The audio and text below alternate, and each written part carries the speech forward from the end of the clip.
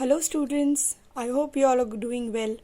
Okay, so last lecture we have seen about the basic introduction about haloalkane, haloarene, the classifications regarding primary, secondary, tertiary. अब थोड़ा chapter के अंदर आ जाते हैं.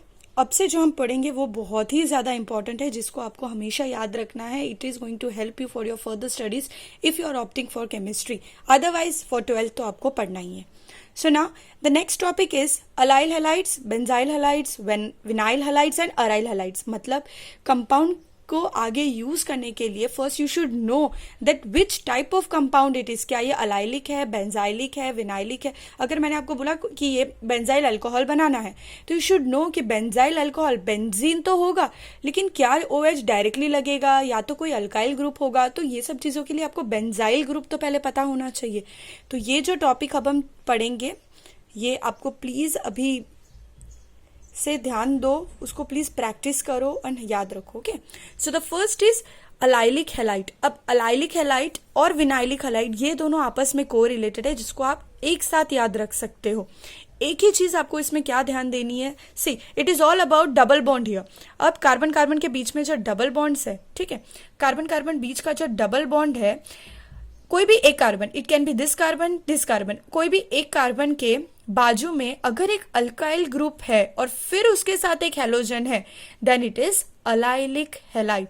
मतलब जैसे आर अगर ऐसा है, okay, R double bond R, उसके साथ एक कोई आर है और फिर एक्स है, then it is allylic halide. अब वो एलिफेटिक फॉर्म में भी हो सकता है या तो वो ऐसे साइक्लोचेन फॉर्म में, साइक्लोफॉर्म में भी हो सकता है. Again I am telling it is not a aromatic ring. ध्यान दो, यहाँ पे मैंने क्या, एरोमेटिक रिंग आप कब बोल सकते हो, ये आप 11th में पढ़ चुके हो.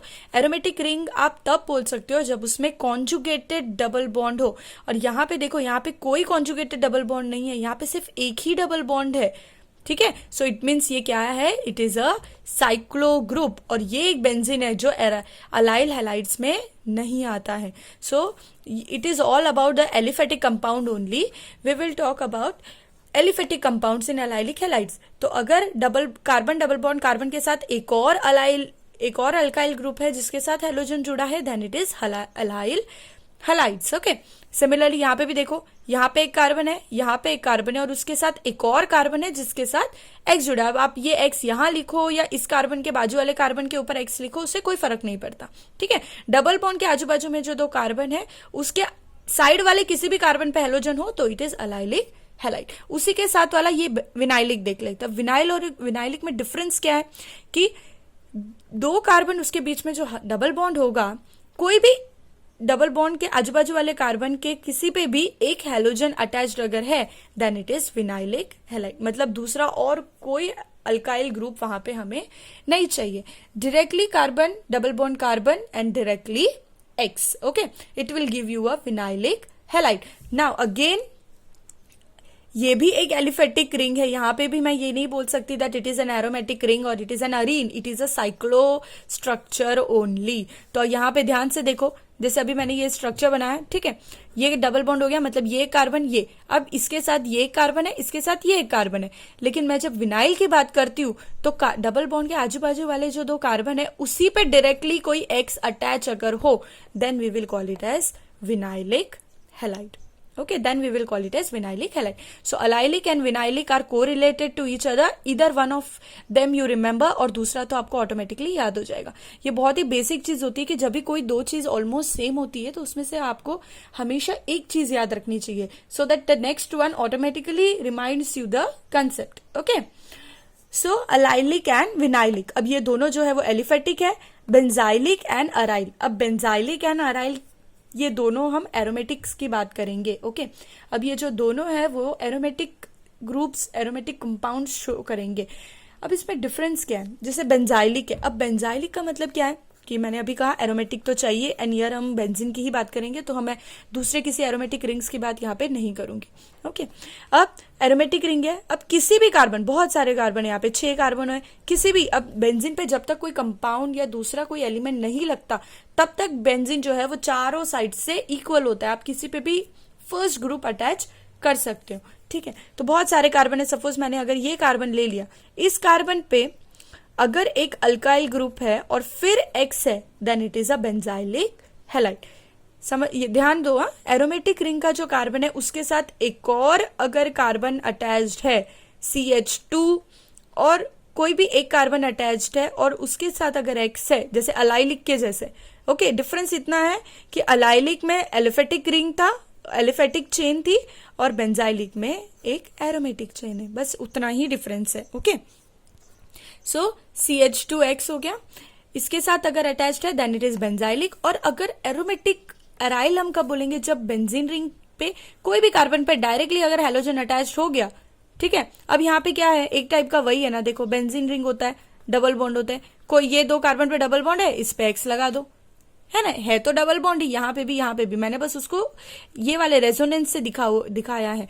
बट अगर आप ये ऐसे मतलब रेजोनेटिक स्ट्रक्चर फॉर्म में नहीं भी दिखाओगे तो उनको अगर बॉन्डिंग दिखाओगे तो बस देखो डबल बॉन्ड है, डबल बॉन्ड से अगर डायरेक्टली X अटैच है तो अराइल है, और अगर डायरेक्टली अटैच नहीं है CH2X फॉर्म में है तो इसका मतलब क्या है कि वो बेंजाइलिक है। तो एलाइलिक एंड विनाइलिक जो है वो एलिफेटिक है और बेंजाइलिक और अलाइल जो है वो एरोमेटिक है। ठीक है, ये चीज आपको याद रखनी है, मैं यहाँ पे लिख देती हूँ एक बार। ठीक है, विनाइलिक, विनाइल एंड अलाइल्स साथ में पढ़ने हैं, एंड बेंजाइल एंड अराइल साथ में पढ़ने हैं आपको। ठीक है, बेंजाइल से तो पता ही चल जाता है कि वो एक एरोमेटिक रिंग है। अब नेक्स्ट है नेचर ऑफ CX बॉन्ड। अब कार्बन और हैलोजन के बीच की बॉन्डिंग कैसे होती है, उनकी बॉन्ड लेंथ कैसे होती है। जैसे X है, कार्बन तो एक ही कार्बन होता है, लेकिन X मतलब halogen, chlorine, bromine, iodine, fluorine, और हमें पता है कि उनकी साइजेस में भी बहुत डिफरेंस होता है। आयोडीन की साइज फ्लोरीन से बहुत ज्यादा बड़ी होती है। ओके, फ्लोरीन तो सबसे छोटा ही होता है और आयोडीन तो सबसे बड़ा होता है, तो ये तो हमें पता ही है। अब उनके साइज का क्या, उसके बॉन्ड पे कोई फर्क पड़ता है, तो ये हमें इस टॉपिक से पता चलेगा। तो CX बॉन्ड इज पोलराइज्ड। अब एक इलेक्ट्रोनेगेटिव है, उसके कंपैरेटिवली दूसरा इलेक्ट्रोपॉजिटिव है, इसका मतलब वहां पे पोलराइजेशन तो आएगा ही आएगा।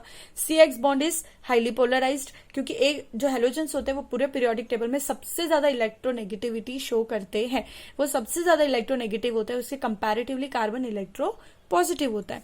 तो नेचर ऑफ CX बॉन्ड हम पढ़ेंगे। तो CX बॉन्ड इज पोलराइज्ड।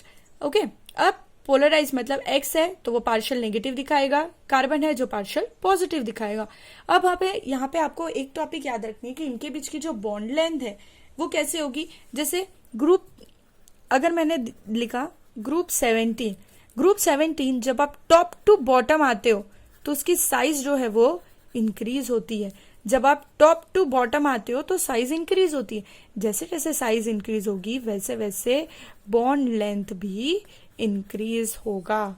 जैसे जैसे साइज इंक्रीज होगी वैसे वैसे बॉन्ड लेंथ भी इंक्रीज होगा। मतलब CCl अगर मैंने ऐसे लिखा है CCl, CF, CI, तो ऐसे टॉप टू बॉटम अगर आप आओगे तो सबसे पहले फ्लोरीन आता है, फिर क्लोरीन, फिर आयोडीन।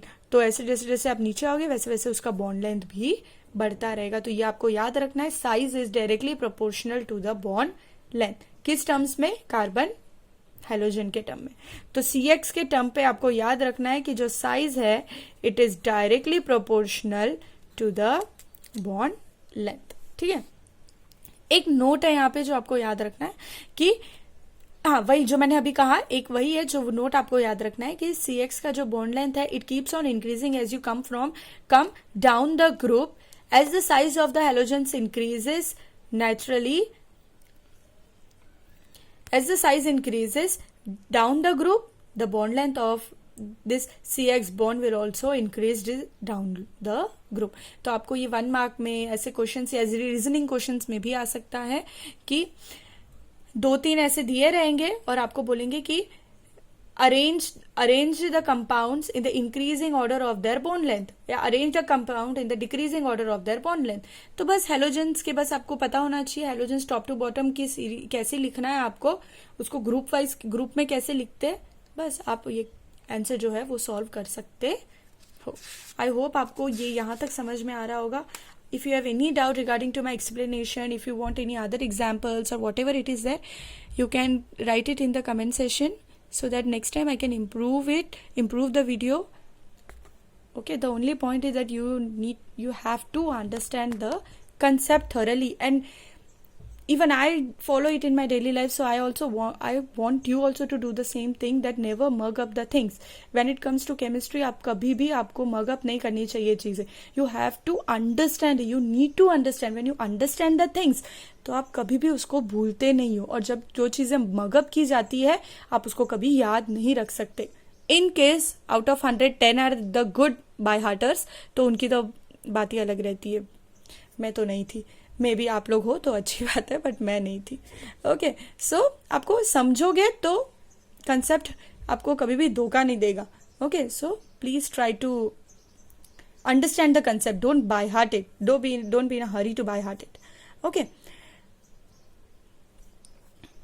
So thank you. तो will do one thing, preparation will see it in the next video. So you just relax, ये बेसिक चीजें आप पढ़ो, and then next video will start with the preparation. Thank you.